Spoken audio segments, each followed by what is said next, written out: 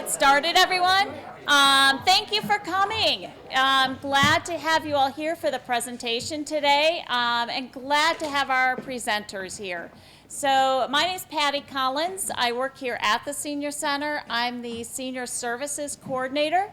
So do a number of things with my job, but one thing that I do is to be able to provide programs like this. Some educational, health-oriented, or educational types of presentations that could be of benefit to seniors.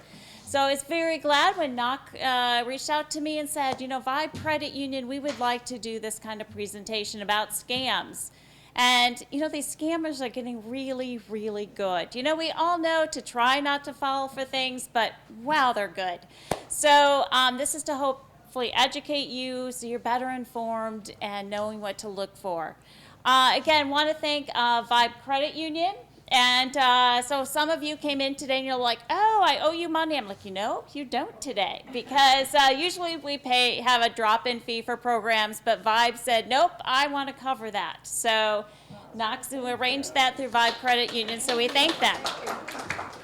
And so again, we'll go ahead and start the presentation. Want to thank the Oakland Sheriff's Department. You see the fine young men in the back there. They will be also talking later on during the presentation about scams from their end and kind of making the reports and other things too. So with that, oh, and the TV folks, thank you. Yes, thank you, Independence TV, for being here. They are just going to make sure this presentation is available to other folks that can watch it on TV, right, that couldn't make it here today. So that's, thank them as well. So with that, I'm going to turn over to Ngoc. Thank you for coming. And Brandy, who is the branch manager here in Clarkston for Vibe Credit Union, thank you both for coming, and I'll let you begin. Oh, thank you, Patty. Yes. I appreciate your partnership so much. Thank you. All right, thank you. Keep up the good work. Yes, good afternoon. Thank you so much for having me. My name is Ngoc, and I am the Community Engagement Specialist. So this next slide, yes, this is what we're going to talk about today, elder financial abuse, ID theft, and bank fraud. And then the next slide will have my information. If there's anything that I can help you with going forward, please feel free to reach out to me. So Patty has his information at her disposal. So again, please let me know if there's anything I can do for you. A little bit of background. Vibe Credit Union started back in 1936 as telecom. Has anybody ever heard of telecom? It was started, again, for the employees of the telecommunications industry, Ameritech, Michigan Bell employees. And then telecom just kind of stuck as our name for many, many years. And shortly before I joined here 10 years ago, we changed it to Vibe Credit Union. And in 2019, we joined forces with Oakland County Credit Union. Now we have 15 branches, over 76,000 members, and over $1 billion in assets to be able to help our members meet their financial goals. So that's a little bit about that. I've been with the credit union for 10 years, 5 in my current position, and I love my job because I get to go out in the community and meet wonderful folks like you and provide helpful information at no charge and to, again, help you meet your financial goals. Okay, so with that said, we're going to go ahead and get started. Please stop me at any time if you have any questions. Okay. So we're going to talk about what elder financial abuse is and why you are targeted, why we are targeted. I'm an elder. We'll talk about that in just a second. Some red flags to look out for, some common scams that Brandy will go over that we see in the branches every day, what to do when you encounter a scammer. And that's when our fine men in blue will also be able to reinforce what to do if you do, you know, when a scammer or a fraudster reaches out to you. And then we have some resources available for you, including your credit bureau information. FTC stands for the Federal Trade Commission.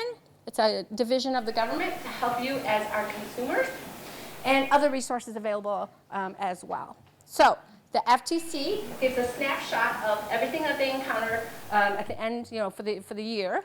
And for 2023, last year, the top 5 scams that were reported, I have to get closer because I can't see. And thank you, Independence TV, for joining us today.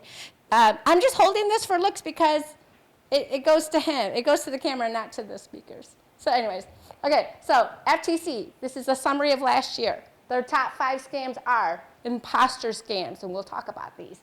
Online shopping and negative reviews, prizes or sweepstakes or lotteries.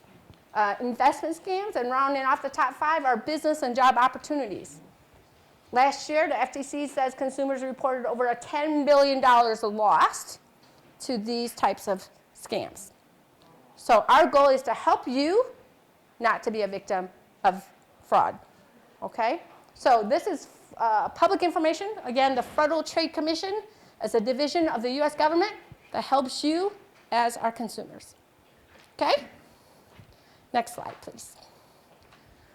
Okay, so according to the internet, Webster's Dictionary, if that still exists, defines elder financial abuse as illegal or improper use of an elderly or vulnerable adult's money, property, or other resources for the fraudster's personal benefit or profit or gain. Now, I mentioned that we are all elders. I'm an elder to my 17-year-old son. He technically is an elder to his younger nieces, cousins, right? So, and then you obviously are elders to your loved ones. So everybody is an elder. We all can sometimes be vulnerable because if we're caught off guard about our money, we are vulnerable in any aspect. So we can all be elderly, and we all can be vulnerable at one point or another in our lives. So we're going to talk about some ways to help you to identify when you are a potential victim or will be a potential victim and what to do. So our next slide will then go into why are you targeted? Would anyone like to share with me maybe, share with the rest of us why you think you might be targeted? Sure. Age. Who said that? Yes, and why do you, what do you mean by that? Well, they probably get some type of, from either Social Security or Medicare. Or Yes, you get income. a certain age. Absolutely, you get income, a stream of income every month. Yes, anybody else? Neil? Oh. Tech savvy either. Maybe, yeah. I mean, sometimes I'm tech challenged. I was earlier today, as a matter of fact. Yeah, but you're right. They would assume that you might not know what to do on the computer. Yes. And Neil, did you have something to add? Yeah, evidently most of the elder people have a few bucks in the bank. Yes. That's the reason that they go after you. Absolutely. And what was your name, ma'am? Mary. Mary? D. Dee, thank you for participating. Absolutely, you're all right. You've worked hard for your money. You're really great savers. You have an income that comes in regularly. And you might not have access to a computer or classes or be up on the most latest and greatest technology. So they're going to prey on those areas of your life to try to scam you out of your hard-earned money. Very good. There's another reason, actually, and I love this one, because y'all are nice people. Y'all are really caring, and you love your family members and your friends, and you want to help. Well, most of us. Okay, Neil. Most of us are nice people. I just met Neil earlier today as I was setting up the table. By the way, the table has water, cookies, and some goodies from Vibe Cart Union. Please help yourself. Remind me, Neil, that you wanted me to take a look at something that you brought today on that piece of paper there. But yes, most of us are very nice, and we want to help people. So when you get, an unsuspecting call, you will take the time because it feels good to you to want to help. But that's what they're counting on too. Okay, very good. Moving on. We were talking about who these people are. These most likely perpetrators, unfortunately, they can be a family member who's maybe, desperate.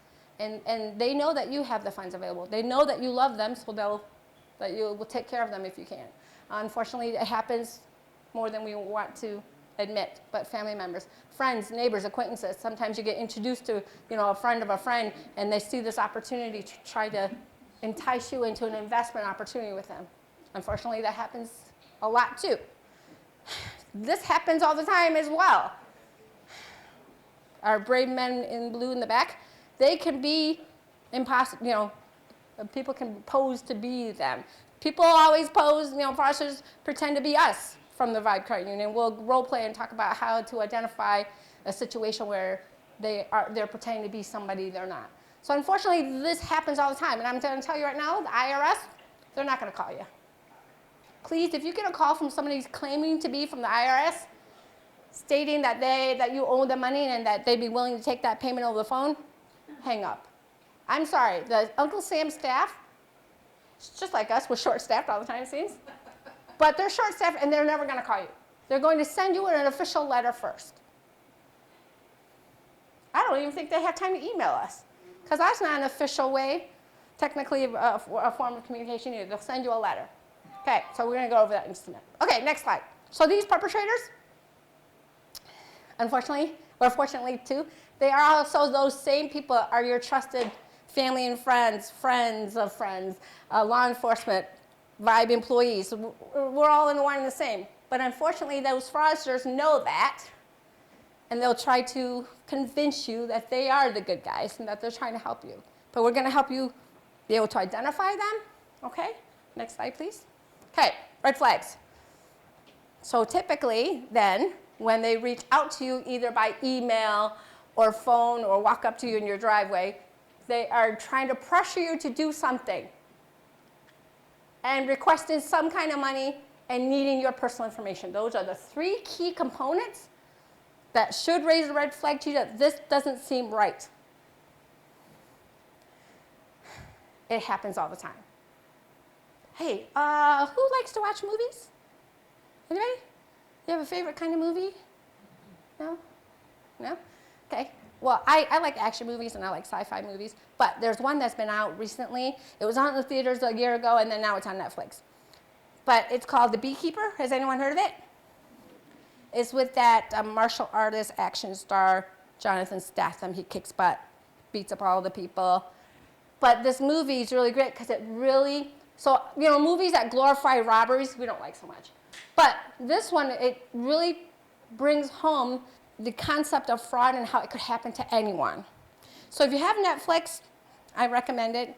It's called The Beekeeper with Jonathan Statham, and it talks about how people can so easily become a victim of fraud not even knowing it. So of course, I don't want to give you away the ending, but of course he goes to find these people and he kicks their butt.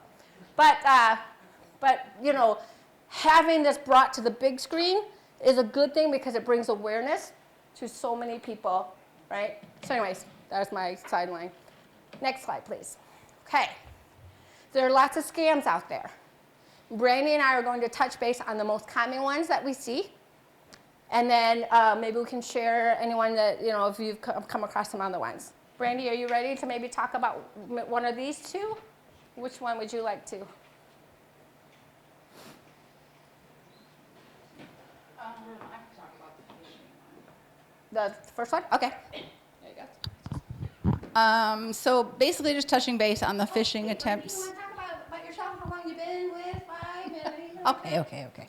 My name is Brandy. I've been with Vibe Credit Union 7 years. I'm the branch manager at the Clarkston location. I have an assistant manager there as well. Her name is Shayna. We're a resource to anybody, whether you bank there or not, right? So if you guys have questions, concerns, you've met me today, you can absolutely stop in. I started with Oakland County Credit Union. We partnered with Vibe in 2019, so I've been with Vibe a total of 7 years. I see a lot of different scams come into the branch. Basically, they range from even more than what's listed on here. But we'll go really quick with the phishing one because that tends to be a one that they try to hit up very often. They want access to your online banking, right? They want you to send them the PIN number that we send you to authenticate you, because then they can get in there and they can start playing around, moving money, getting access to all of your personal affairs. We do send out a thing that says, do not give this number to anybody. So if anybody is asking, that again, red flag, like now mentioned, sorry. We do not ask for that, and we won't. What we prefer that you do is if you feel like you're being scammed, we want you to hang up. We don't want you to talk to them at all. We would prefer you call us back, because with the phishing, they can also spoof numbers to look like Vibe Credit Union is actually calling you. So when you hang up and call back, you're actually calling Vibe Credit Union, but you weren't originally talking to them. So don't ever hesitate that we will not be offended if you hang up on us, right? We know that this happens. We know that you guys feel like it's us calling, you trust us. We would prefer that you reach back out so that we can actually talk to you about it. We try to verify as much information as possible, and if you don't feel comfortable, we request that you come in. So that's a really big one as well. Okay, thank you. And I'd like to elaborate on that because we're going to do a role play, okay? All right. So how can you tell if you're speaking to the right person that you think you're speaking to on the phone? I mean, back in the day, that was our only form of communication, and it was pretty easy to confirm. But nowadays, again, with the spoofing, that means, okay, so back in the day, we had the machine called caller ID, and it would tell you if it was DTE calling you or Vibe Credit Union calling you. Well, now they sell these devices where you can put in fake names and numbers to make it look like they're calling you from Vibe. So I'm going to be calling you our member. Okay? So ring, ring. Hello. Hello, may I speak to Brandy, please? Speaking. Great. My name is Ngoc. How are you doing today? I'm good. Good. I'm calling from Vibe Credit Union, and we noticed some suspicious activity on your account, Ms. Brandy. And if you wouldn't mind, I'd like to confirm and verify your account number right now so that we can go in and help you. I don't give my account number over the phone. Very good. Why is that? We should already have that, right? So when I call her from Vibe Credit Union, I should already have her up on my screen. That's got her name, address, phone number, account number. So I should not have to ever ask her for an account number, card number, PIN number. Oh, you should never give out your PIN number to anybody. Remind me to talk about that later. Or social security number, because I should already have all those things. Okay? So how can she confirm that I am actually calling from Vibe? She can hang up and call me right back. Calling and confirming confirming my number on her own, not trusting my number, right? So she can say, you know what, I'll call you right back. Perfect, And so if I'm the scammer, I'm like, okay, whatever, next number, right? I'm gonna keep going. It's a numbers game. Okay, reversed. You can call. Can you, as the member, call me at Vibe with a potential suspicious activity? Okay. Hello, this is Ngoc at Vibe Credit Union. How may I help you? Hi, yeah, I was actually just speaking with somebody with Vibe Credit Union, and they wanted me to verify some information, starting with my account number. Oh my gosh. Well, first of all, I want to thank you, Brandy, for being our member, and thank you for calling me because that was most likely a fraudulent call. But since I got you on the phone, let's go ahead and verify you as my member so that I can go in your account and help you. See how I reversed that? Now I need to verify her because how do I know that she's actually telling the truth, right? So what kind of questions do you think I should ask her as our member to verify her? Anybody want to take a guess what kind of questions I would ask her calling into me at Vibe Credit Union? Birthday? What's that? Birthday? So I should ask her for her birthday? Yeah, you have it. I could. I should have it up on my screen. Absolutely. So if she told me her name, I should be able to pull it up. But sometimes birthdays can get stolen out of your wallet, right? On your driver's license, your birthday's on there. So what if her wallet was stolen yesterday? And somebody's pretending to be her calling into the bank to get information. Good answer, though. What was your name? Lois. Nice to meet you, Lois. Thank you. Anybody else want to try a different kind of question that I can ask her to verify her as our member? Type of account should I get you have with us? That's a good one. What's your name? Pat. Pat, nice to meet you. That's a really good question. So I could say, yes, I'd like to verify with you. Could you please confirm what type of account we're checking into today? Maybe she could say checking or savings or money market. Very good. Now, here's some other types of questions. They're called out of the wallet. Remember I said, what if her wallet was stolen? Thanks, Brandy. What if her wallet was stolen? So all this information that's in her wallet, I could totally use, right, and pretend to be her. But what she can't pretend is the activity on her account that only she should know and only I can see on my computer. Does that make sense? So Brandy, I'm going to ask you again. You're not done. Brandy, I'd like to ask you a couple of questions to verify that you are our member. Would you mind telling me maybe the last time you went and used your debit card and where it was used? So yesterday I went to Target. Great. So only she, as the valid member, would know that, not the fraudster, right? Or could you please verify with me, thank you for having your direct deposit come to us. Could you please confirm where we get it? Like who's the source of the direct deposit? Social Security or whatever, right? Great. Vibe Credit Union. Oh, that's right, 'cause you're right, me and you both. Okay, so those are out of the wallet type questions that only the member, the valid member should know, and only the valid staff member should be able to verify. by having it on the screen. Yes? Questions? Good. So that's the phishing part. This happens all the time too. You know, you're surfing on the line looking for maybe, you know, a new lawnmower to buy or whatever, and these pop-ups come up all the time, interrupting your minding your own business, and these pop-ups come up all the time. Maybe one of them saying, oh, you need to update your software, call this 800 number, and we'll be able to help you. Do you know what's going to happen when you click on that? Or when you call that 800 number? They're going to convince you to let them remote in. Brandy mentioned this earlier. Remote into your computer. Once they're in, they can go figure out your account number, you know, your online banking. They can figure out where you pay, where you get. I mean, I don't know. I'm not that smart. I'm not evil. So if only these, you know, fraudsters could use their powers for good, they're way too smart for their own good. Okay. But once they get in the computer, they can hack anything. They can figure out your username. They can figure out your password. And in that movie, like I mentioned, I'm not going to give away, but that's what happens. Okay, somebody remotes in, and they wreak havoc on your accounts. Okay, so if you're not quite sure, trust your gut. This doesn't feel right. I don't know who this person is. I didn't call for this service on my computer. Just don't click on it, delete it. And if your computer crashes, you know, reach out to somebody that you trust that could help you. But most likely, these kinds of antivirus or tech support, ransom, you know, malware. So I don't know if y'all know what these stand for. Does anybody know what these stand for? Maliciousware and ransomware. So what happens is, once you click on something, they either send you a virus that freezes up your computer, or it says, you know, oh, you have a malfunction in your software.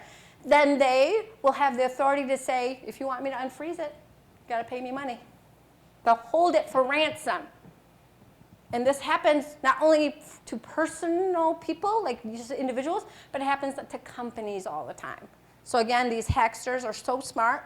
They figure out a way to hack into your company computer, and then they'll hold you ransom for the information, because you're going to need all those files that you were working hard on, you know, your customer files or project files.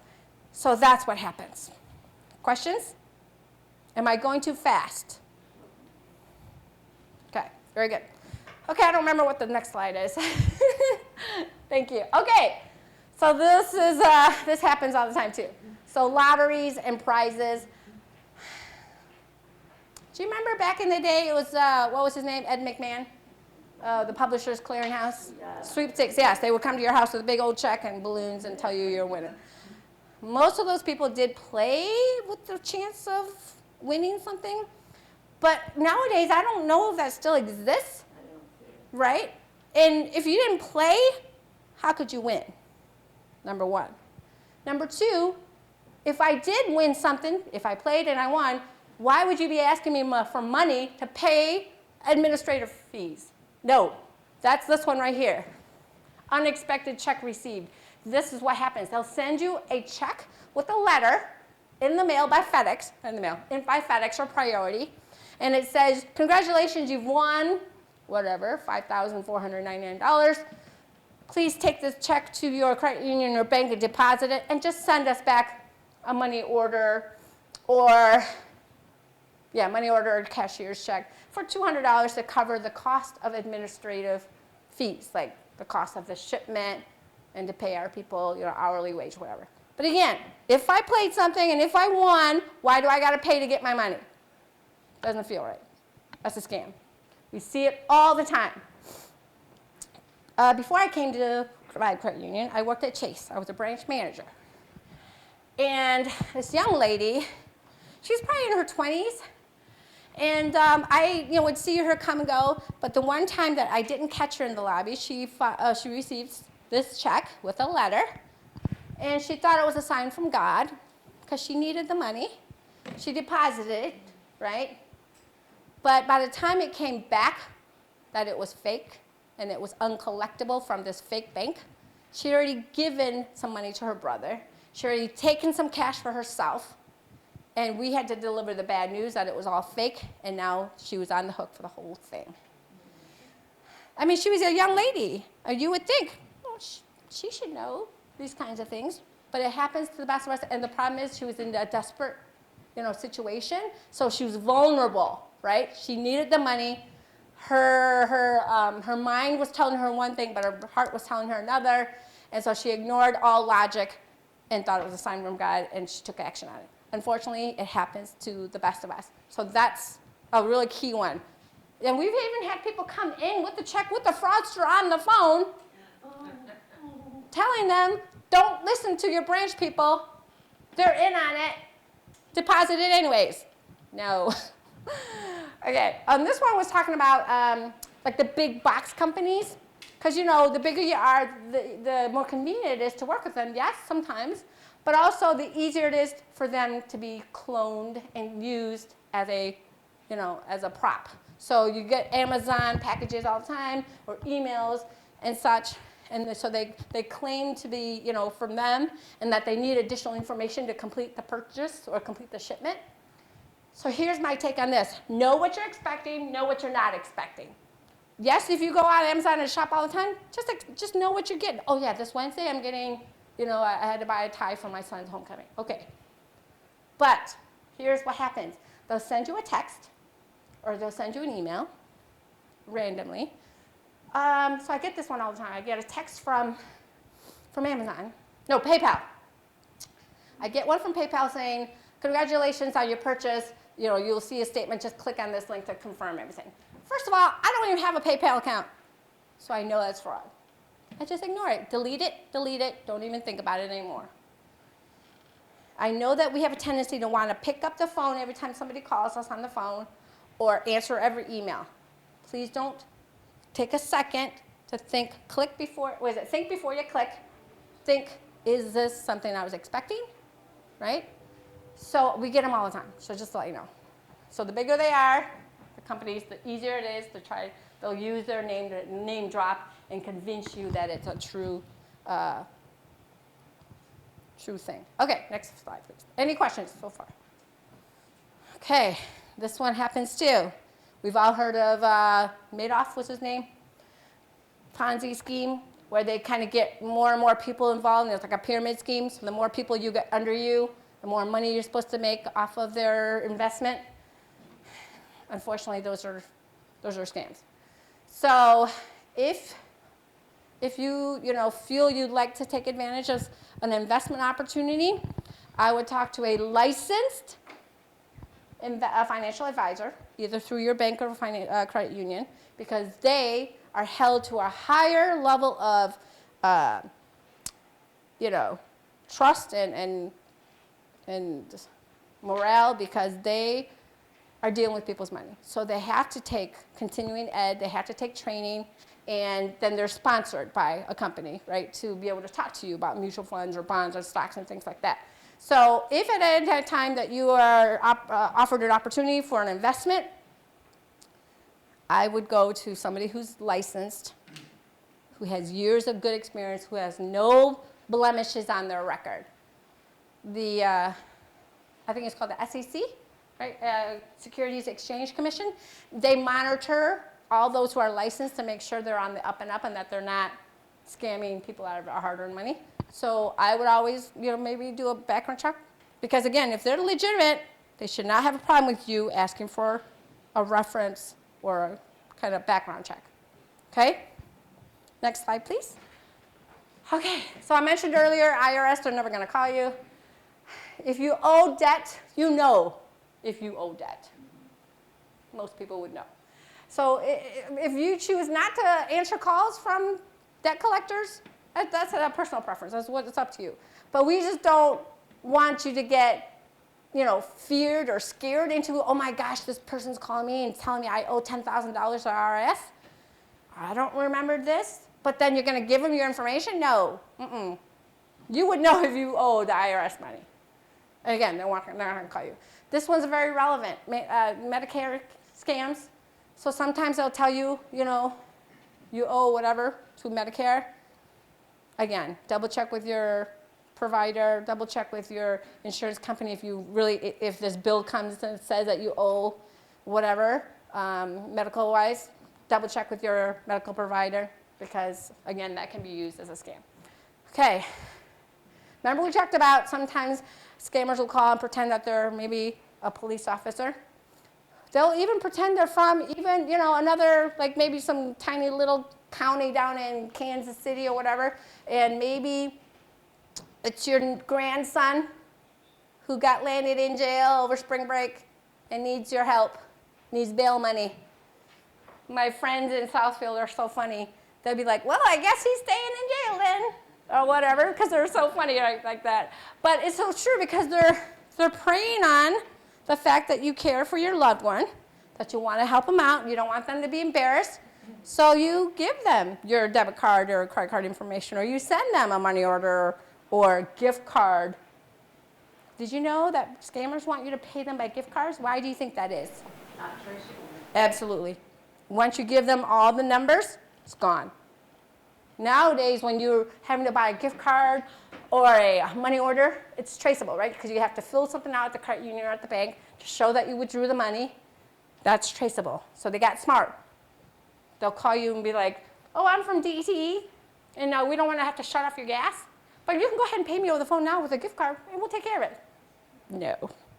DTE will not accept gift cards as payment. Okay? Okay, so we talked about that. All right, next slide. I don't remember what. Okay. So again, you are great grandparents and you want to help your family. So if something or a call comes in about a loved one in trouble, what should you do? Call them directly. Hang up the phone and go, okay, I'll call you back. Then reach out to your grandson, see if he really is in trouble. Or reach out to your son or daughter, find out if they really are in this situation. Because most likely they're safe and sound, they're probably still sleeping in bed. So that happens. I was on a board. I was the treasurer on a board in Royal Oak. And I was speaking to the president about an upcoming event. So and then we talked about it and then we hung up. Then I got an email from her. This is kind of relevant. Email from her saying, oh, thanks for everything you do. I do need you to cut a check for this company. So let me know if you need if you have any questions. I'm like, that's really weird because I just got off the phone with her. Why didn't she say anything about this? So what I do, I called her directly.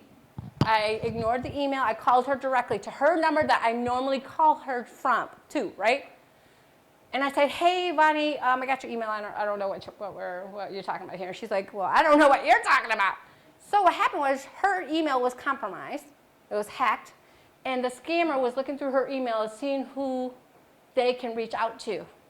Because I noticed the email address that I received it from was not the same that I normally communicate with her. So that's a red flag. How come this number is different? How come this email is different from what we normally use to communicate with each other? So that's a red flag. Yes? I receive emails because, and when you look at where it's going to, it's not my email address. And so, but I can't see my email address. Because it's spoofed. Well, because obviously it's a dead, Yes. it's deleted. Yep. But that's something new. I've never noticed that before, that they will provide, like, then you think, well, they sent it to the wrong person, so you're going to tell them, Right. we sent it to the Yes. wrong person. Thank you for bringing that up. Yeah, because Absolutely. I think it's really something very tricky, and a lot of people don't look at that. And what's your name? Debbie. Debbie, thank you for sharing that. It's so true. Again, they're so smart. I don't even know how to do this, right? But it's just like me working at Vibe Credit Union and teaching these kinds of classes and meeting with our community members. This is my livelihood, right? This is how I make my income and provide for my family. Well, this is how they make their income, by scamming you. Okay? So they're going to try whatever tricks that they know, and they're going to be on top of it.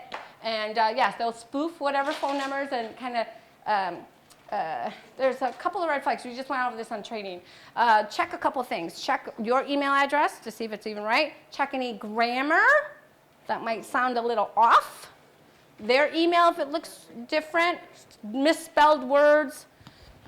If they're asking you to do something, like click on something, asking for personal information. So, and all those are red flags.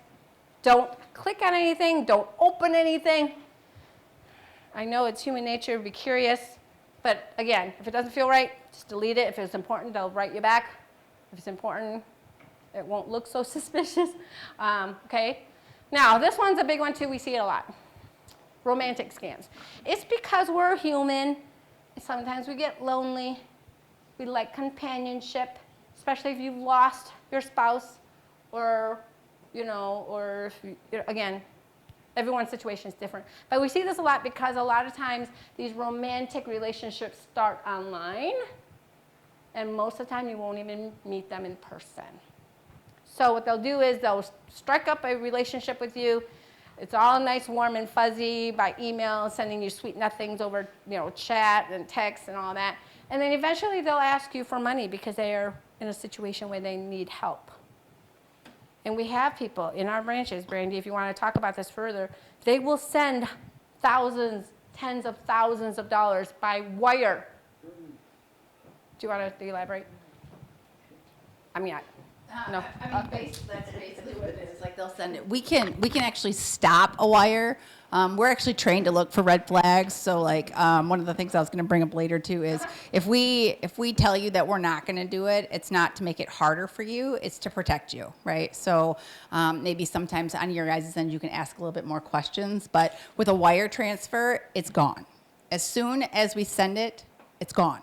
There's no getting it back. There's no pulling it back. It's an electronic transfer. One computer talks to the other computer and somebody's waiting for it. There's no retrieving it. So if we ask additional questions, sometimes people tend to feel a little bit embarrassed, right? Like, you're like, oh, why did this happen to me? It's okay. We've seen it, right? We're not here to criticize anybody whatsoever over it. We're here to help you save your funds, right? So as embarrassing as it is, even when wire transfers and things come up, don't hesitate to reach out and ask us. We're trained all the time to look for signs like this. So, absolutely. Thank you. And yeah, she's touched on it right here. Don't feel embarrassed.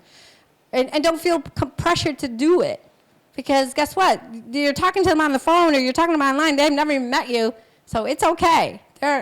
Consider them a stranger. So these are the do's and don'ts. So again, trust your gut. If it doesn't feel right or if it's too good to be true, it is. Do feel like okay to ignore it. Hang up the phone. It's okay. If it's legitimate, they'll call you back. They'll find a way to reach back out to you. Please report it to your financial institution and the police. And in a minute, I'm going to hand over the baton to our brave men in blue so that they can talk about what they experience and how they can help you. Talk it out with your family and friends because you never know it could be happening to them. And maybe they can help you out. And then, again, key is don't give any of your personal information. They're fishing. Fishing means you cast a line and you hope you catch something, right? That's what fishing means. With an F, fishing for, in water. But fishing with the PH is bad because they're trying to get your information. Okay, so fishing with an F is good, PH is bad. Okay, I don't even remember. They're also looking for a response. So like Oh. it says, do ignore the email or hang up. They're waiting for your response. And as soon as you respond, they're going to jump on it. Yeah, because And then the pressure is going to be heavier. they're going to keep pressuring you to answer this message. Let me call you. Call me back. Send me this email. Send me this number. If you don't respond and you delete it, they move on to the next person, right? So just know that it's okay to delete it or ignore it and ask somebody else. So. yeah, that's a great point because they're going to try to keep you hooked on that line as long as possible to get as much information from you for as long as possible. Okay, so here are some resources for you. Y'all know about the credit bureaus, right? They're individually operated but federally regulated. They all have the ability to be frozen so that nobody can open any lines or apply for any kinds of credit under your name without you knowing. So what you would have to do is either call them and talk to them on the phone or go online and freeze them. Freeze your credit report. There's no cost. You can do it as much as you want. You can unfreeze it if you need to actually apply for something. So a couple years ago, I had an encounter on a dark country road with Mr. Deere. He won. Well, actually, none of us won because he's no longer with us and my car is out. So none of us won. It was a lose-lose situation. But I had to go get a new car.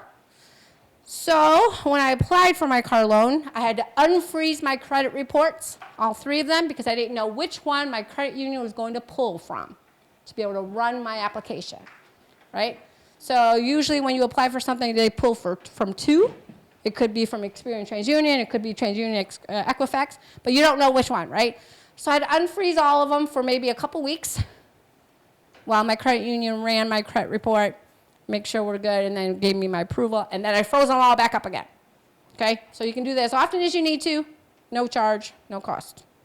And it gives you a sense of security that no one can mess with your credit without you knowing, because it happens all the time. And then this was the FTC information, the Federal Trade Commission. Again, you as a consumer have the right to request information. And actually, the credit bureaus, as a consumer, you have the right to ask for one free credit report a year from each of them. So if you're not going to freeze your report, which I highly recommend that you do, if you don't freeze it, have it checked once a year for free by requesting a report from each of them to make sure there's no fraudulent activity happening. Any questions? Okay. So other resources, you know, the Department of Justice, IRS also has another division called the Specialized Identity Theft Protection Unit, especially for if you get your ID stolen. And then we have resources on our website, again, some more free tips and such about everything we talked about and more. Okay? And then the next slide, basically just going to confirm what we talked about. And then if you could go all the way back to the beginning, because now at this time, and I'm sorry if I rambled on too long, at this time I'd like to introduce Detective Doty and his team as to what they experienced and how they can help you. So again, this is just hooked up to the camera, not to the speakers. Thank you, ladies. Thank you. Good afternoon, everyone. How's everybody? So just a disclaimer that we are all just cops here, so holding this thing in my hand is going to be kind of weird. So to introduce myself, Detective Jeremy Doty. I'm with the Oakland County Sheriff's Office, currently assigned to the Independence Township Substation in the Detective Bureau. This gentleman here is my partner, Detective Mance. This is our sergeant in charge of our Detective Bureau, Sergeant Braddock. And then our substation commander, Rich Cummings, he's in the back. He's our township substation commander for the deputies out here. So we're going to continue on with the elderly abuse and financial crimes with you guys. Vibe has an excellent PowerPoint. It kind of matches with all the notes I've already have. So I'll kind of touch base and maybe give you real life scenarios of what happened with what she had already mentioned. Anything else you guys want to mention before I start? You good? All right. So financial crimes, especially with the elderly, is one of the most common crimes that's not reported to police. Some reasons for that is like an embarrassment. You guys lost a lot of money, and they're embarrassed to tell somebody, hey, I did something stupid, and now I'm out a whole bunch of money, right? Another instance, if it's like their retirement fund, they're living off their retirement, and they want to have to tell their wife or husband, you're not going to believe what I did, but half of our account is gone now. I did something stupid. They don't want to do that. So then they don't want to tell the police. Nothing will be investigated. We're not aware of it. And then just the crime continues on. So please, even if you don't want it to be followed up or you don't want to prosecute anybody if we come up with a suspect of any sort, please just report it to the police department. At least document it, have some paperwork filed so we're aware of the crime, what's happening, and we can kind of look into it or prevent it in the future. So just try to remember to report that to us.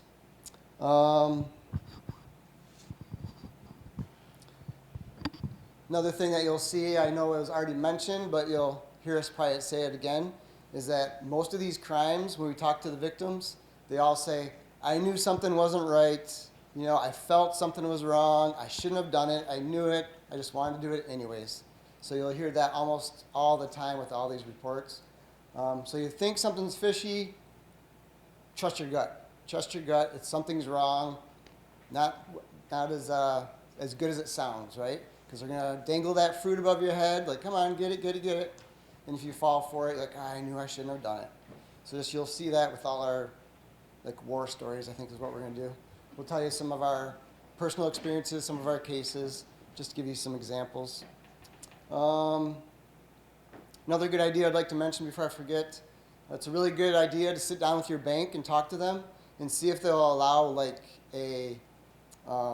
add your son, daughter, sister, brother onto your account. Or like if you're doing a large withdrawal from your bank account, that the bank will call them to confirm that it's okay. So if it's like an online transaction of like $10,000 or more, the bank's going to call me for my parents and say, hey, this is what they want to do. Are you okay with that? And I'll call my parents and say, what the heck are you guys doing? Right? But yeah, just maybe talk to your bank, see if they have some type of thing set up for you, where if it's a large amount of cash being withdrawn or an online type of transfer, that they'll confirm with your family members. Now I will touch base with some of the incidents like we've had out here in Independence Township. We do have a lot of those phone calls where it's like your niece or nephew has been arrested, grandson, granddaughter has been arrested. I know from personal experience, I'm sure my partners will agree, if I'm arresting someone, I'm not giving them a phone call. They're not going to be calling you on the side of the road or anything like that, asking for money. Sorry, I'm not going to let you use the phone, right? If it is a legit phone call from a jail or prison, it will be, especially with Oakland County and Michigan Department of Corrections, it will be an automated computer system advising you that it is from a correctional facility. So Oakland County would be, you're receiving a call from Oakland County Jail. Will you accept this call or not? So you get this option of choose yes or no. Same thing with the Department of Corrections. You're receiving a call from Department of Corrections, inmate so-and-so, do you accept this call? All right, I know a lot of departments are going with that system, so just be aware that it will be like an automated professional phone call. Jimmy's in jail, do you want to talk to Jimmy kind of thing.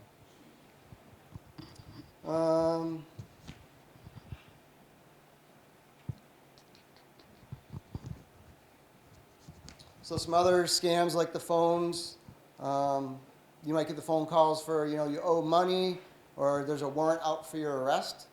If you pay $100 right now, we'll get rid of the warrant for you, right? If I have a warrant for your arrest, I will be at your work or your house and I will just put handcuffs on you. I'm not going to call you and let you know I'm coming, right? So if I have a warrant for your arrest, I'm coming to find you. I'm not going to give you a heads up, hey, I'm thinking about coming by your house. You want to pay me $100 to get out of it? Not so much. So just think about it clearly, you know, like, oh, that doesn't sound right. You know, I pay money and I get out of a warrant. It doesn't happen that way. The only people that should be accepting cash from you for any type of criminal or civil money owed is a courthouse or a correctional facility. So the jail will accept bond money, a court will accept bond money, or restitution due to a courthouse. Those are the only two scenarios you should be paying any money to anybody like that. Some other phone calls is like, hey, you won some money. You need to send me like $20 out of your account so I can set up your account and then we'll give you the funds, right? Doesn't work that way. All they're trying to do is get your account information so then they can get access to it. They'll play a lot of different money games, money exchanging with you. Common one is, oh, I send you $1,100. I meant to send you $1,000. Will you please send back, you know, $200? And they'll start playing the money exchange with you. So they'll just transfer funds back and forth until you stop sending them money or they have enough money and they stop.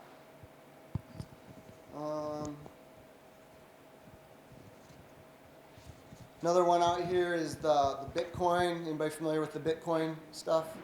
Very confusing currency going on right now.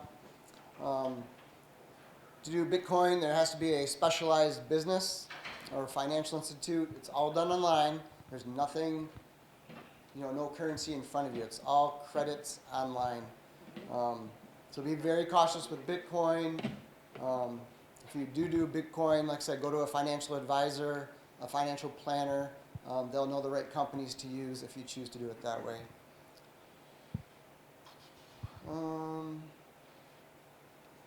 Then some other ways they get to you to do the investments, to take your money is, like I know she mentioned also, the friendship. They'll create a friendship with you, do online chats with you for months and months and months, and then all of a sudden bring up the idea of, hey, I have this friend, or my buddy has this business, it's investing, they're doing really good right now, I've made, you know, almost $1 million so far, I think you should be involved. And then they'll want you to put in a little bit of money. They'll show you the account where your money is growing and growing. when it's not. It's all just fake numbers to you. So it's like, hey, just give me another $1,000. I think we can get it up there. So you send $1,000. Next week they'll send you the funds. Hey, look how much money you made. And then when you start questioning it or try to get a deposit or withdraw from it, then the money's not there. Then they just disappear. And then once again, already mentioned, with the dating apps, same thing. They'll create online relationship with you. Months later, same thing. Hey, investment opportunity, why don't you try this? Why don't you try that? And then eventually they'll get your money somehow and then disappear again. Another form of payment, if you ever are told you owe money somewhere and they want you to pay in gift cards or a green dot debit card of some sort, that's no good either. You should never pay anything in gift cards, debit cards that you buy like at Walgreens, Rite Aid. Well, you're not buying from Rite Aid anymore. But like Walgreens, Meijer, anything like that. You should never go on a debit card and then you have to give them the authorization number on the back of it for payment to them. That should never be done. It's always a scam if they do that.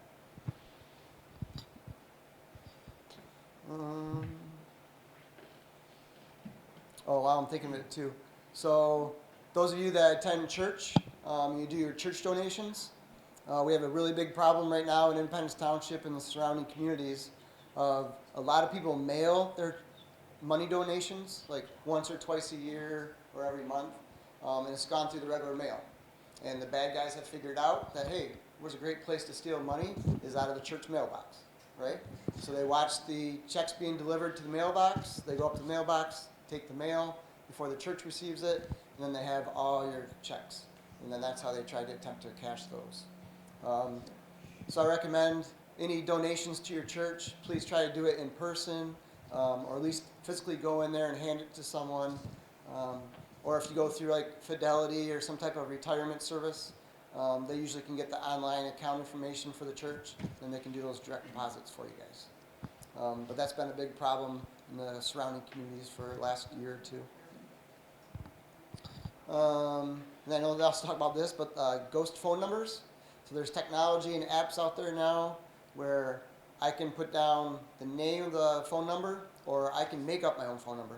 So if I want to, a relative of yours, and I find out what it is, I can put their number in to the system, and it shows that that's the number calling you guys. And then I can say, hey, this is so-and-so. Remember, you owe me that $100? Let's get it through a gift card. Why don't you send me a gift card? Something like that. So just be cautious. The technology is out there. It's called like ghosting. They can ghost numbers now. And I'll let these guys do the actual cases they've done, but just one or two that I can think of right now is recently we had a retirement fund that was hacked, and how they hacked it was they went through Experian, which is a credit report of this individual, found out all their personal information, their credit history. So they knew what vehicles they owned in what year. They knew the person's date of birth, where they lived, just all her history for the last few years. They went into her retirement account and was able to set up her own security questions. So they decided to make their own security questions where they already had the answers to. The way the retirement account worked is out of all the questions, you had to have 60% right. So they could pick whichever ones they wanted. They had about 60% of the answers answered correctly. Were able to put in for a loan to get 30 grand out of her retirement funds. That's when she got the notice on her retirement funds, and they were able to catch it in time and get the money back. Excuse me. Yes. Experian, how did they get into that though? You can pay money now. So you can pay money for any credit check, credit score. There's programs out there you can pay money, and I can do a whole background search on you right now. Really? Yep. And there's no way to stop that? No. You can freeze your. Well, besides freezing, I froze it so that they could, but if it's frozen, will they have access to anything or So no? there's other programs out there though that you can get certain information on. Not as detailed as like a credit report, Right. but I can still, even just a Google search of your name nowadays will show your prior addresses, your relatives. What about, I know you haven't addressed it, and it's a concern, you know, the data breaches. You know, you get a paper, letter saying from a company that you don't recognize, that saying that there's a data breach, to go on in, and I was wondering if you guys have any experience with that. If they're fraud, or are they like legitimate? I have one currently that I was just like, it just seems like I've gotten a number of them. And I understand that like AT&T had, there's certain companies that have data breaches, but I'm not sure of this. So I was wondering, is there a way you can find out? Was that from a hospital? Well, it's from Change. I could have brought, I didn't think to bring it in. I'm assuming that my son got one, I got one, my daughter got one, and we're all connected. Because the hospitals and whatnot have been hit hard. Very true, yeah. Because I've gotten 3 letters, 3 Okay. different. I've received 2. Right. What I would do, Yes. I would contact that institution, not with the number that's on the letter. Go outside of that and contact them directly to see what company, third-party company they might be dealing with, that you can basically get a credit monitoring act. Yeah, for free for a year. Right. And they'll say, we deal with ABC company, and that's legit. Can I get the number? So then do it that way. Right, but see, then they don't reveal where the data breach is sometimes. They just give you this company name, and then they say, da-da-da for monitoring a year. But I'm like, well, I think it could be this, or could it be that? And so I was just wondering if there's like scams with data breaches where they're sending letters out. I'm sure there is. You have not, not that I will keep my guard down, but I was just curious if that was a new form for them to kind of sell you in. Because exactly. They're relying on your fear Yeah. of something could have happened. I should probably call them back and find out. Right. So that's what they're hoping for. Because there's not identified, it's, say, it was Beaumont or whatever now it is. Well, I know in the ones that I received, they had a specific date, like from this point, you were in some type of facility for treatment or something. Okay. So that's how I knew that, well, it's legit, but I had monitoring service anyway, so I didn't even do anything with it. Right. Yeah, if you've thought about it, it's probably happened. They've come up with everything. Scams, that is. Oh, yeah, so I got you with using that, but I was curious if that was Because something. they think just like you do. Somebody sitting behind a computer, what can I do? Right. How Just to like you create just something. thought of that. Mhm. Like they've said, they just want a response from you. Right? Exactly. They just want you to contact them some way, email, phone, however you're going to do it, Right. just so they can start Yeah, badgering, doing the thing. Yep. pressuring and all that other stuff. Yep. Thank you. Then one last case I had that I just want to do right now. Yes, ma'am. These are third parties that are requesting, and we're talking about all these, saying that there was a data breach. And that's what I'm trying to understand. Why do I want to contact and have somebody else, Infosys, McCormick, Change Healthcare? Why do I? Yeah, Change, that was the one I got. Right. It's for my husband, I didn't get one.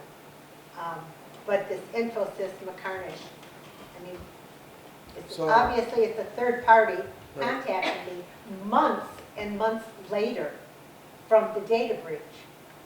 So all of a sudden, the flag goes up and it's like, oh, look at that, let's see. Yep. Last February, something happened. So after this, I'll look at it for you.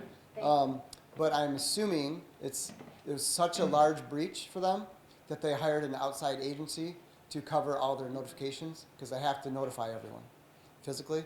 So my guess is they hired another contractor to notify everyone. That's why you have a third party involved. But I'll look at it for you. Okay, thank you. Yep.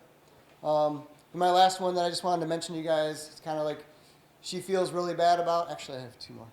She feels really bad about it, but so she was notified through a phone call of a gold investment, and they wanted gold.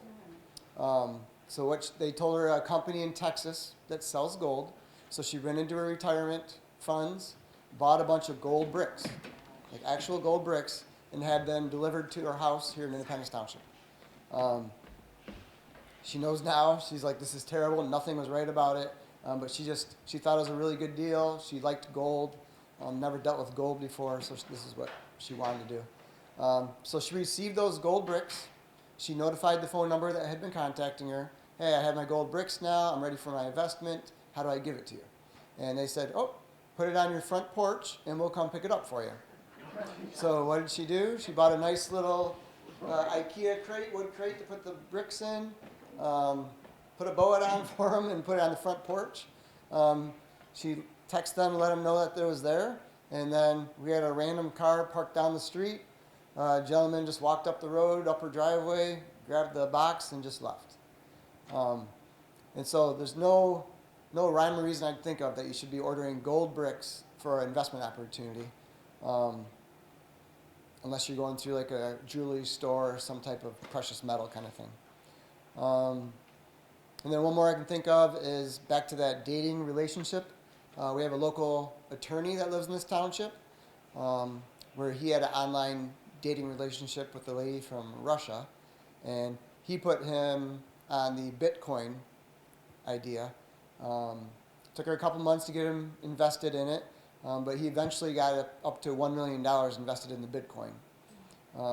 He then wanted some withdrawals to catch up on some debt and payments he owed, and she kept playing along. She would give him a little bit of money, so I think he was like maybe $500,000 at a time. Like, here you go, I made a withdrawal for you. Here's another withdrawal.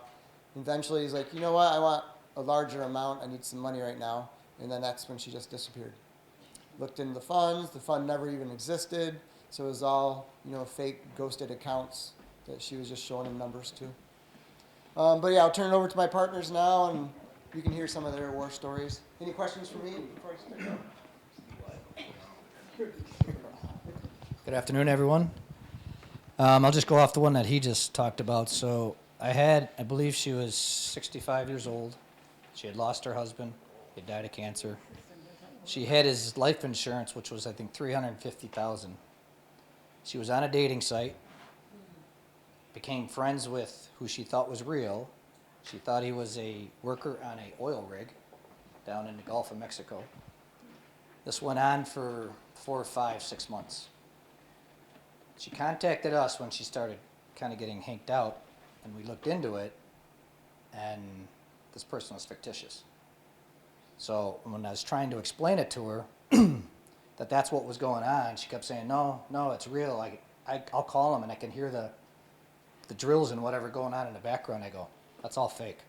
Like, he's not real. Your money, and so she's out $350,000.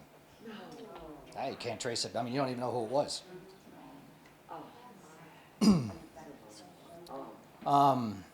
Another one is you get your neighbor. This is actually the complainant. She wanted some work done to her house. I think she was mid-70s. Her friend, who claims to be a handyman, says, "Hey, I can redo your kitchen for $40,000." Now her house was only worth $146,000. But he goes, "I can do that for $40,000." So he starts working in it. Next thing you know, he's like, "Well, I need another $10,000. Then I need another $10,000 to finish it." Next thing you know, it's up to $130,000 that he supposedly did, for lack of better words, shitty work. She ends up passing. He somehow becomes her representative. Well, the closest family lived in California. So, long story short, he's able to take possession of her house. Now that's being fought now with the family from California. But it's gets friendly, it's over years, she gets comfortable, and he takes her house after she passes. Trying to think what else come to mind. What really hasn't been said are caretakers, or people that, again, befriend the elderly, and next thing, they're taking out loans on their behalf, they're going to the bank on their behalf, or they send that person into the bank to get, and I don't think it was that Vibe, or I'm trying to think, but she's out $80,000. Has no idea who the person is. She just decided that she was told, go to the bank, get out $80,000, and actually they turned it into crypto. And then that's gone. As far as family members that become caregivers, we get a lot of fraud that way, where grandma or grandpa or mom or dad can't get around, maybe they're bedridden. Next thing you know, they're going to the banks, draining bank accounts to feed their drug addiction or gambling addiction and things like that. So actually we get quite a bit of that stuff. Think of a name? No, just that ransomware that we earlier talked about in the crypto, Bitcoin investigations, that usually even the federal government considers that money gone. It is overseas and gone. It's actually the Secret Service and the IRS that handle cyber crimes like that. But what happens is once it leaves the country into another country, the bank accounts almost on a daily basis are changed. So once they start tracing the accounts, they're already gone. So pretty much all they do is they keep the data to the final destination. They're trying to narrow it down by region of destinations it goes. And then once they have enough probable cause, they start looking into that area or bank system or whatever it might be. But it's very, very confusing financial crime, and the federal government usually takes it. For us, like the Secret Service, to take one of our cases, it has to be at least over $500,000 before they even look at it. So that just gives you an idea how busy and how much money has to be involved. Yeah.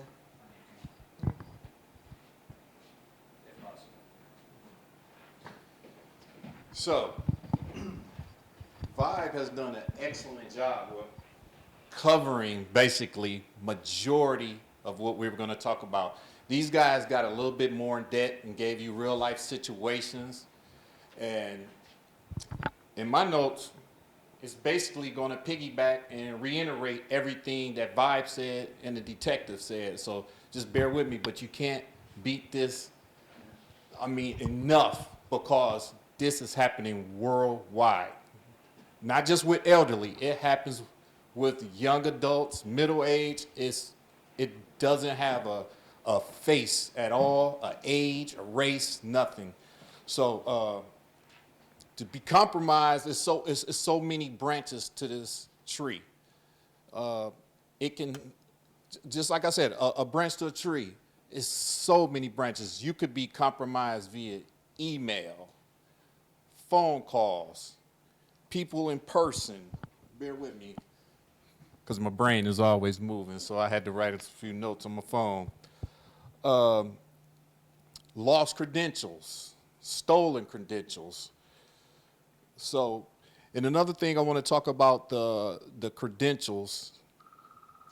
A lot of times we have, everything needs a password. And they want you to change it every so often, which is good. But sometimes we can't keep up with it because we have so many accounts. So we write these on pieces of paper or somewhere, but make sure you don't keep them in your wallet or your purse, because if you lose that or it gets stole, this person will be like, oh, this is their Chase account username and password. So be careful. Try to keep that somewhere in a safe or just somewhere where it's very secure. Because once you lose your credentials and you have all those username and passwords in there, it's open season. Or on your phone. I have a friend that kept it on her phone. Yeah, be careful. That was, yeah, she didn't know. She thought, well, it's on my convenience. I'm like, yeah, for everybody else too, you know? So that's something that, yeah. But if you do, they do have apps that you could probably, but be careful with those. But if you do just keep it in and it's not an app, make sure you have some type of security protection, which is your fingerprint or a 6-digit code or something. Or sometimes they have 2-step verification, which is you have to verify 2 different type of ways to get into your account or even your password keeper. So be mindful of that.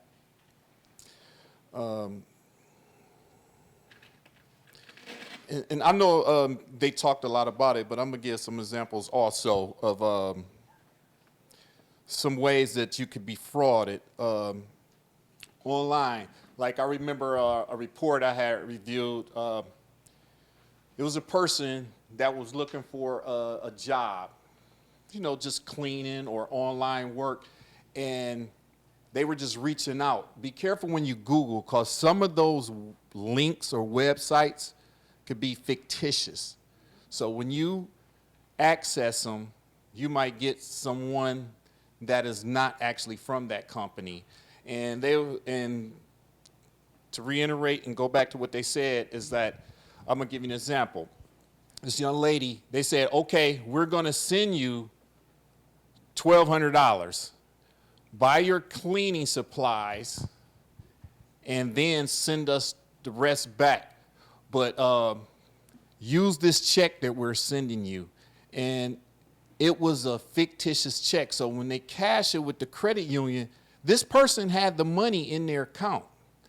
And it basically removed it. And when they sent the remaining money, let's say they only spent $200, so it's $1,000 left over.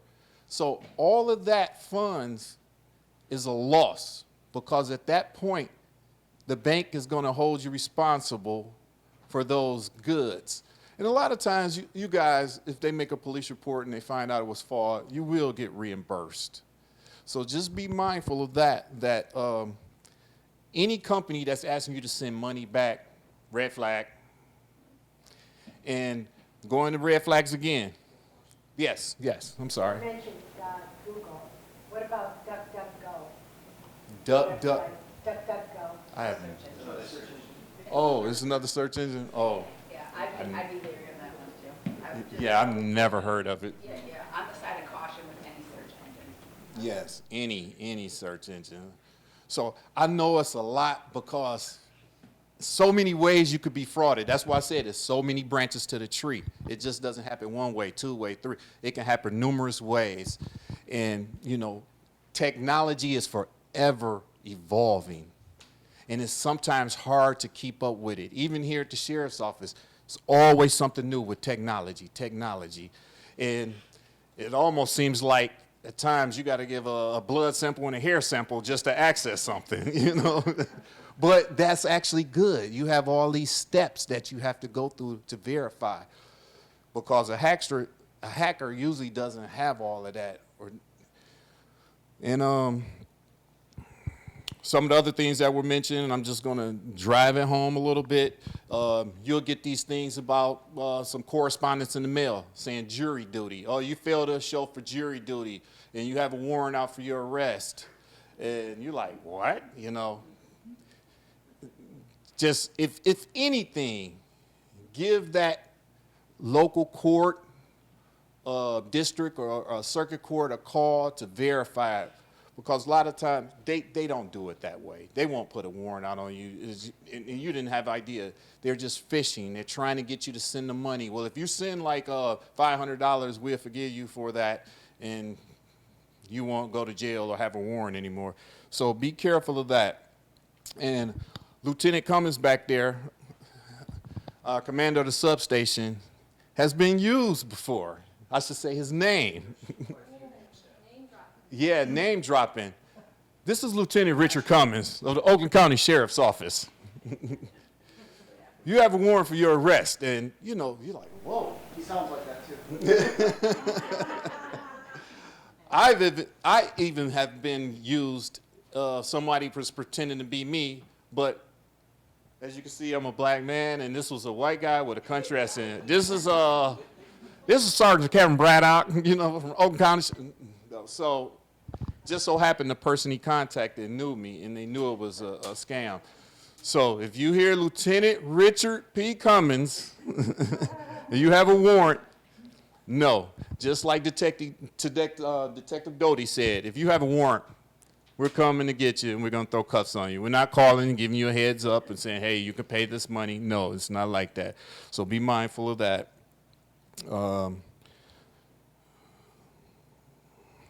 But make sure that you make reports of any case of fraud as soon as possible. As soon as possible. That's very crucial, because I'm gonna be honest, it might be a situation where we can't do anything about it because sometimes the money is gone. Like she said, once you wire transfer, it's gone. But we can stop it right then and there. So you won't actually have any more loss financially. So, but if you have any doubt with any type of situation, like the young lady here, call the Oakland County Sheriff's Office. Try to verify with us. Call that actual institution outside of an email, a phone call, or any of that. And be careful when you hit these links, because when you hit these links and say, oh, yeah, oh, this is PayPal or this is Amazon, oh, yeah. As soon as you hit it, put in your credentials, they have full access to your Amazon account, your PayPal, and sometimes even your computer. So, I don't want to keep boring you guys with repetitive. Hold on, Lieutenant Cummins? Kevin, can you tell them how to make a report where to go? Okay, you can make a report. You can call dispatch. What's the number? 248-858-49. Is it 50? It's 505255. But whichever you pick option 8. Now, if it's emergency, dial 911. But if it's a report that you want to make non-emergency, it's option 8. Because other than that, you have to listen to all these prompts, unless you want to just to, see what other options there are. But, but if you want to just cut to the chase, as you can see, they start with number 1. Go to 8. Just go straight there. That's the way to sidestep it. Yes, Oakland County Sheriff's Office. Also, you can come to if you live locally within Clarkston/Independence. That's a whole nother topic because everything in this area is Clarkston, but there's actually Independence or the Village. But if you want to make a report in person, let's say you're out running errands, you're like, you know what, let me make a report. Stop by the Independence substation. Does everyone know where it is? It's right behind fire station number 1, which is on Citation Drive, which is the 6560 Citation Drive. So it's between the fire station and the court, 52. And to give you a little bit more of a landmark, if you know where the post office is on Main Street, Ortonville Road, the street that runs along the side of it, once you go across Main Street towards the court, the fire station is right there on your left. It's the actual, what do you call that? The medication place. Pharmacy. The pharmacy, then it's the fire station. And if you just travel around the backside of that fire station, you'll see some signs. Just travel around the backside. And there's a call box there if it's after hours, because I believe they close the doors at 3, and on the weekends it's not open. But there is a call box, and a dispatcher will answer it and get your information, and someone will be up shortly to take your report. Unless you want to do it from the comforts of your home, just do it with the numbers I gave you. But final thing, I know it's a lot that's been coming at you. Like I said, a lot of ways to be frauded. It's just like you're walking on eggshells, pins and needles, but there are any questions. If you don't want to ask them now, you can always call. Yeah, I think that's the message too. Don't hesitate to call you all, right? Exactly. I think sometimes people wait too long to call and ask the questions that they should be asking. We're all listening. We're in it together. Come on, we're in it together. Come on, let's look out for one another. Well, I do indeed want to thank you all for coming so that you can know more and you can spread that news to others too, to your friends, to the people you come in contact with, share with things that you've learned with today. Yes, Doreen, do you mind if I share the story? Yeah. Yes, so just want to share one other scam that was so pertinent when she told me was just that. Also, in Clawson, her brother called and it was the same scam. Yeah, so there's a scam going on that you all may have heard, but so she got a call saying, "Hi, this is Pastor Jones from church," and named the church, the correct name of the pastor when they called her. Said, "This is, from your church. We're trying to do some fundraising, for this special event coming up. Can you give a special donation for that?"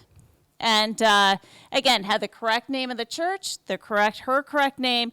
And turns out that they had gotten a hold of a church directory and were going to that church. So, yeah. And of course, gift card payments, right? Which is a huge red flag, as she said. So yes, just wanted to thank everybody for coming. Thank you, Vibe Credit Union. Thank you for sponsoring the event, for all the information that you gave us today. Thank you to the Oakland County Sheriff's Department folks. Great to have you here. And thank you for coming. Yes, very much. Yeah, one other comment. As far as, I know gift cards and all that was said. Yes. There was a guy that it was spoofed. I came across his DTE. He said his electric was going to be shut off within 12 hours, or 5 hours, whatever it was. So he panicked. And they said, well, go up to 7-Eleven, and there's some pay system that you can give them the money, and then they'll pay the bill. So then he said, all right, well, that's good. Well, now let's, actually you have a charge for being overdue. So that's another $200. He went up there 3 times and just kept doing this. And again, there's no trace, so whatever, and it's gone. Yeah. So once again, no gift cards, no going to 7-Eleven. No going to 7-Eleven to pay things. Yes, yes. Well, again, thank you so much, everybody, for coming. Appreciate your time today. And again, thanks again to Vibe Credit Union.